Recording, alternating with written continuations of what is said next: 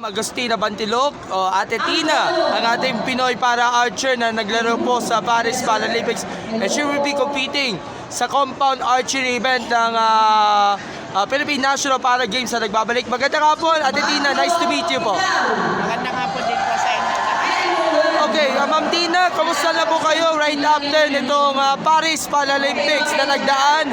Although hindi tayo nakalusot doon sa mga sumunod na rounds, pero pinakita natin na naging impresibo ang performance natin dito sa nagdaang Paralympics at magsilbing inspirasyon sa mga kapwa natin PWDs po. Maraming malaking bagay yon talaga na kahit hindi man tayo nakapasok, hindi tayo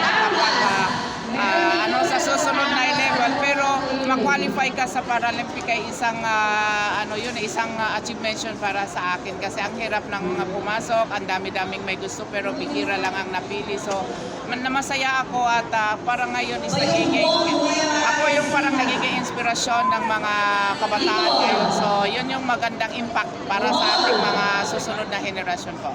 Okay, Ma'am Tina, you'll be competing in the compound archery po ng Philippine National Para Games na nagbabalik after 5 years. Kasi alam natin na ito magmula noong pandemic.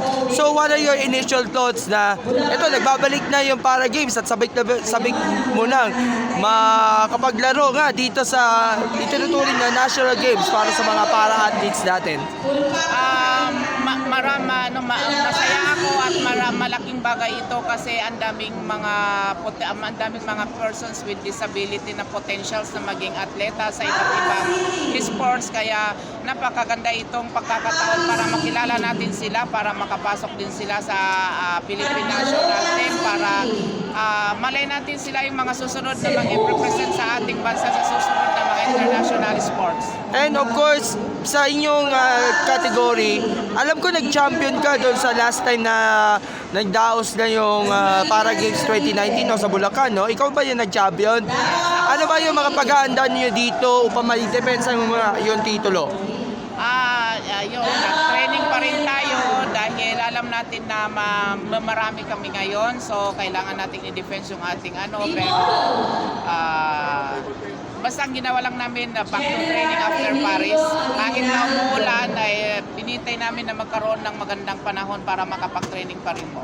Kasi alam mo naman sa Baguio, mabagyo Kaya medyo nahihirapan ka sa preparasyon niya para dito sa Para Games. At least, kontento ka pa rin para dito sa inyo pagsabak nga sa compound archery, Ma'am Tina. Yes po, kaya nga ginagawa namin pag maganda ng panahon, kahit umaraw kami makapag-training lang kasi alam namin na ganun din ang mangyayari. So, ganun pa man, gusto pa rin natin na ipakita na kahit papaano naman tayo. Okay, Ma'am Tina, ano susunod niyo pag-aandaan na competition by next year?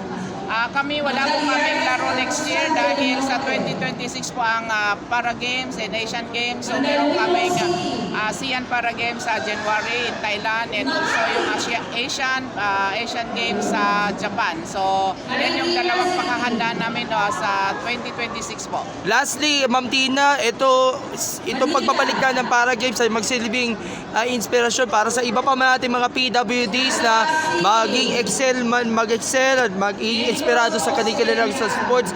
Ano na lang mensahe na iabot ninyo sa mga kapwa mo rin atleta, and even sa mga PWDs katulad ko, meron ako PWD card na nangangarap niya na makapaglaro nga sa international scene o di kaya sa national level. Mensahe nyo?